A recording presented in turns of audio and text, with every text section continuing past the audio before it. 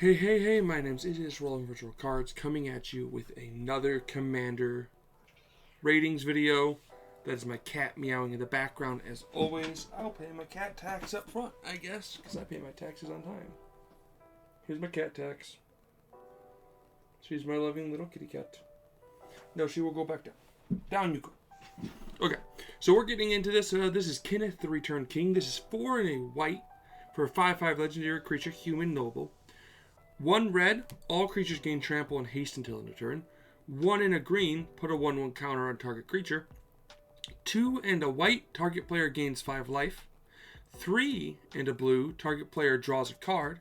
4 and a black, put target creature card from a graveyard onto the battlefield under its owner's control. So let's talk about this for a quick, brief second.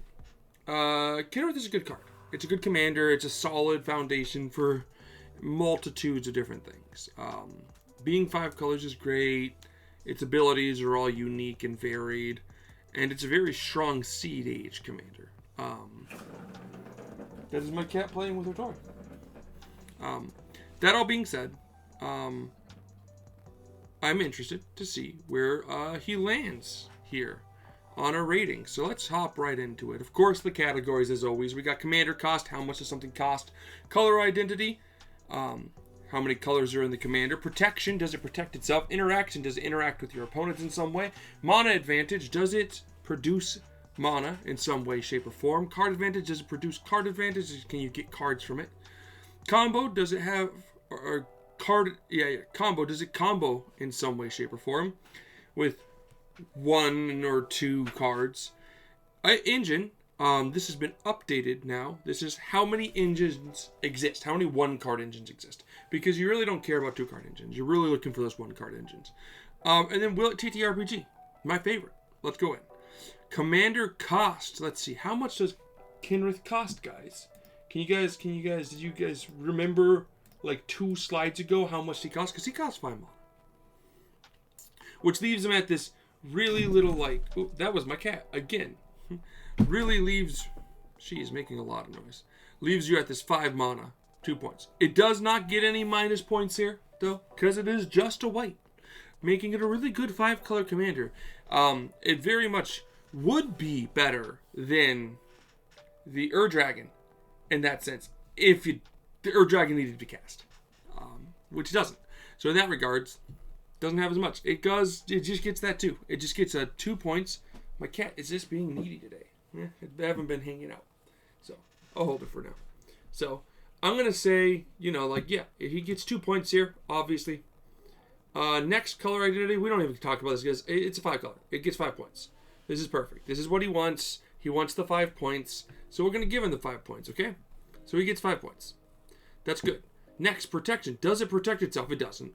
You're not cheating commander attacks with him. You're not hexproof or shroud. There's no indestructible award with him. You can't blink or flicker him, and you can't return it to hand. No protection out of all 5 of those abilities. The closest you can get with giving him protection is to give him a little bit more power by putting a 1/1 counter on him. Okay, down you go. You're hurting my arm. So that's a little protection, but not enough to count here, guys. So next we're talking interaction, guys. The interaction. Does it interact with stuff? Is there some type of interaction? And I put 2. There's technically graveyard control in this guy. Technically. There's a very small technicality. So the graveyard control is it's 1 and a black. Put target creature card from a graveyard onto the battlefield under its owner's control. So the graveyard control here is if someone was going to do something with their graveyard. You could technically put the creature on the battlefield under its owner's control instead. I'm stretching, guys. I stretched. Sometimes I stretch just to give something some points. And hey, like if they were going to exile it for something, or they needed Delirium and they need it in the graveyard, I think that's what it's called, and they don't have it. Like, there's a lot of like small reasons why that could be useful. Also, technically speaking, if someone has like a stacks piece in the graveyard, you could revive it to stacks the opponent who might win without it. So there's some interesting things you could do there. I'm stretching. I get it. It's a stretch. But I'm going to give myself that stretch. Because I make the rules. So it gets 2. Next, mana advantage. Does it produce mana? No. No, it doesn't have mana advantage, guys. There's no mana advantage. It doesn't give you lands. There's no treasures here. It doesn't cheat you mana. It doesn't tap for mana. And there's no other cheating here. Okay? The closest you can say is its revive effect could technically cheat mana if the creature's more than 5. And that gives you access to your graveyard as a resource. So, you know what? Actually, yeah. I'm going to ad-lib here. I'm going to give it 1 point here. I'm going to say it technically has, like, some form of mana advantage due to the idea of, like, this is other. It's a very slight other, right? We're like, yeah, okay. If you put a big creature in the graveyard and you revive it, that's technically saving mana. So, I'll give it a point. So, I've upgraded it here. Card advantage. Does it have card advantage? It does, but it's not draw whenever. This is other draw, okay? So, the big difference here is that you're not just drawing cards for doing something. You have to pay mana to do so. Now, this is very good combo-wise, kind of, because if you can get infinite mana, you can just kind of, like, draw all your cards, which is really good, or force your opponents to draw their cards out. After you draw cards, normally you just draw cards till you get something that prevents your opponents from casting spells, like a Silence or a Grand Arbiter or the new Grand Arbiter, and then you force them to draw their decks out. So, yeah. Yeah, like it's interesting. I like it. I don't hate it, but it's it's good. I mean, like, it's good card draw. Like, also it's instant speed. You can do this on your opponent's turn, right? So that's not bad card draw. You can just hold up an interaction and then, okay, you're in step. Right before my upkeep, I'm going to just tap 10 mana and draw 8 mana and draw 4 cards. So, next, combo. Does it have combo? It does. I'm showing this combo off, but there's a lot of different ones. Honestly, the idea here is it doesn't have a combo by itself. You can look, the combos that use itself within the combo instead of the outlet for a combo are like 3+ cards. The better combos are the 2-card combos for 4 points here, where you make infinite mana with like Haze of Rage and Stormkilling Artist, and with that infinite mana, you can then draw your deck out, get the protection, and then draw your opponents out. So that's why it's 2-card. He doesn't have any good 1-card combos where he just wins the game if you get this 1 card. No, you need to get an infinite combo going, which is usually 2 cards, and then you can win the game. But Stormkilling Artist is a great card in the first place, and Haze of Rage is not a good card in the first place, but works really well with Stormkilling Artist. So, because this is copy or cast, you just get infinitely more and more treasures as you cast them. So, it gets to be really big in the long run and is quite a fun combo if you enjoy that type of stuff, which I do. I like CEDH. So, yeah, that gives it 4 points there. Next is Engine. It does get you your full 5 points. It has 3+ cards engine. 3+ cards engine? Yeah. So, there's a lot more than just these 3, but here's 3 interesting ones. So, Esper Sentinel is a fun engine because I love Esper Sentinel as a card itself. You draw a lot of cards. This is a white for a 1/1 artifact creature, human soldier. Whenever an opponent casts a spell for the first, or cast their first non-creature spell each turn, draw a card unless the player plays X, where X is Esper Sentinel's power. The thing is Kenrith can pay 1 and a green to make Esper Sentinel bigger, and what that does is it really just limits your opponents from being able to do anything. It kind of just screws them over into having to pay too much, and then they can't. Because you can just keep going, oh, you could pay 1. Actually, in response to you casting that spell, my Esper Sentinel trigger, I'm going to pay 6 and put 3 1/1 counters on it. Can you pay 4? No? Cool, I draw a card. Which is cool. You can also then eventually give it the trample and the haste, which is where Kenrith kind of works with itself as a combo. A lot of it's, at least those two kind of work with each other. Seedborn Muse is another one. This is just great. 3 and 2 green for a 2/4 spirit. Untap all permanents you control during each other player's untap step. This just works with Kenrith. This just allows you to use his effects whenever. Oh, someone's stringing out an opponent. It's not you. Cool. Let's just give them all trample and haste. Oh, you didn't kill him? Well, actually, I'll pay 10 mana into my pump. Now your guy gets 5 more mana, or 5 more power, and now the guy, your commander, one-shots him. You can do some stupidly fun things like that. Or you can just draw cards on everyone's end step. Or gain a lot of life. A lot of fun little things you can do. And another thing is, even if people remove your engine pieces, you can revive them with Kenrith, which is kind of annoying. Like, with Seedborn, if someone goes, I'm going to remove Seedborn, you can just be like, cool, I have my 5 mana, I'm just going to bring back my Seedborn at instant speed so I can continue playing the game the way I want to. So, very fun. And last is like Biomancer Familiar Effect. So this is one in a green and a blue for a 2/2 mutant. Activated abilities of creatures you control cost 2 less to activate. This effect can't reduce an amount of mana to 0, or to less than 1 mana.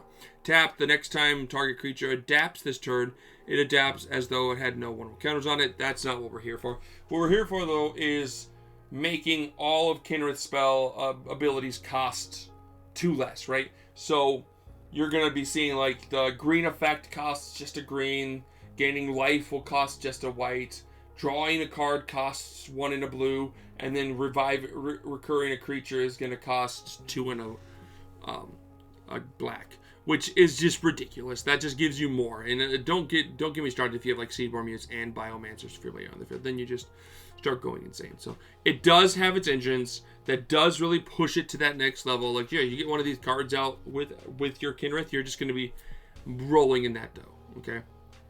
So where does that put that? Where do you think he lands? Where is he on this list? And I got to update this, actually. Give me a second, because I don't care if you guys see this. I'm an impromptu 23. There we go. I'll finish it up in this impromptu state. You can't see it. Let me zoom in. There you go, guys. Now you can see it a little better. So this brings him to a nice tied for second, actually. So, yeah. Let's, oh, can I edit that? No, I cannot edit that. Actually, I guess maybe if I back out. Oh, you know, maybe, I think I got this. I'll tap. Yeah, there we go. This is 2-1, I guess. Why not? Yeah, it's tied with Yuriko. It doesn't deserve to be second place. Doesn't deserve to be here in this fold with Yuriko. Let's talk about it for a second, okay? This is where we got to talk about its placing, okay? It's tied for second, okay? It beats out Edgar Markov by just a few points. Now, why is that? Well, Edgar gets 20 points because Edgar, its commander cost is redundant. It doesn't matter. You don't cast it from your command zone most of the time. But Edgar only gets 3 points for color identity. So that's moot. That's a 3-point wash both ways, right? Is it? No, 3 points there, and then 3 points for color identity. Oh, no, that's a 2. Okay, so that gives some points to Edgar, right? But, and then also Edgar gets 5 points for protection, right? Because you never have to cast it. Kenrith has 0. So far, Edgar's winning here, right? But Edgar has no interaction, whereas Kenrith has a slight type of graveyard interaction, which can be fun. Edgar has no mana advantage, whereas Kenrith has that just slight little bit of mana advantage. Even if you removed those two and you wanted to argue with me, he'd at least be tied with Edgar Markov, okay? But card advantage. Edgar Markov has 0 card advantage, whereas Kenrith has 4. So that's going to give you a little bit more. On top of this, Edgar Markov has that. Does it have a combo? Yeah, it does. It has a 2-card combo, just kind of like Markov has, right? Or just like Kenrith has, so that kind of washes. And they both have their engines. So honestly, those 3 points comes down to the fact that it has these little weird interactions that kind of push it to the next level when it comes to interacting and mana advantage in weird ways. Yeah, because the card advantage kind of covers up the rest of them. So if you want to say that it doesn't deserve the mana advantage or that interaction because you think that's kind of cheap, that's up to you. But to me, I like those weird things. Those, sometimes this might come in handy. I'm going to give it a point here. So, that being said, he's tied for second here with Yuriko, who deserves to be second, definitely. So, that's that. But now let's talk about the best. Will it TTRPG? Well, will it? Let's talk about that. So, Kenrith the Return King is an interesting one, okay? if you want to make him a villain, as I try to make most of these people, because I think it's more interesting to see these guys as a villain.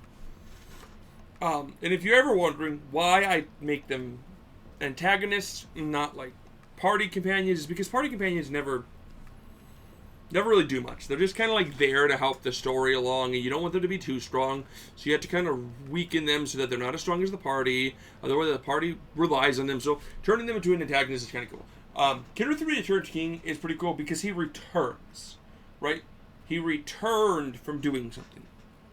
Okay, so in the actual story, he's missing, he's an elk, he comes back, he becomes the king, he dies later on off screen, he's in a coffin, and then the whole Eldraine is a mess, right? So, in story here for TTRPG, if you want to make a story around Kenrith the Returned King, I highly suggest really making it like another party found Kenrith and returned him, right? So, you didn't do this, another party found him. That party did their job, they completed this, and now your team wanders into town to this giant party where Kenrith is being celebrated. His return is being celebrated. Yes, Kenrith, the Returned King, is now his like title because he's the king who returned, right? You're really looking at like, okay, so is he the Returned King, right? So you have some skeptical people going, well, okay, so a party, like you gather some information and you hear some people squabbling, like, is this actually the king? He's not really seeming like himself, right? Maybe he's not the real king. Maybe he is the real king. We don't really know, right? So, you can't get close to the king, though. No one's allowed near him. He's surrounded by guards. Guarded by guards, right? Yeah, he's surrounded by guards, and so you can't, it's not like you can go up to him and chat with him, okay? You just have to try to gather information, and, like, your goal here is to either prove that he is the true king or he's not, right? Now, I think you use his abilities kind of like Commander does, okay? So you give them a few days to gather some information. That's like your 5 turns before you can cast him, right? His 5 CMC. He's resting. He's just returned. He's coming to, right? People are celebrating for those 5 days, and you're gathering information on this stuff because someone in the town hired you to prove whether or not he was actually the true king, okay? They had asked the other party to do so, and they refused because they said, we won our money. We brought him back. You never said anything about proving he was the real one. He claims to be the real one. Give us our money, right? So, he looks like the real one. His portrait looks similar, right? So, he must be the real one, according to the party. So, give us our money. They left. You're hired to now figure this out, okay?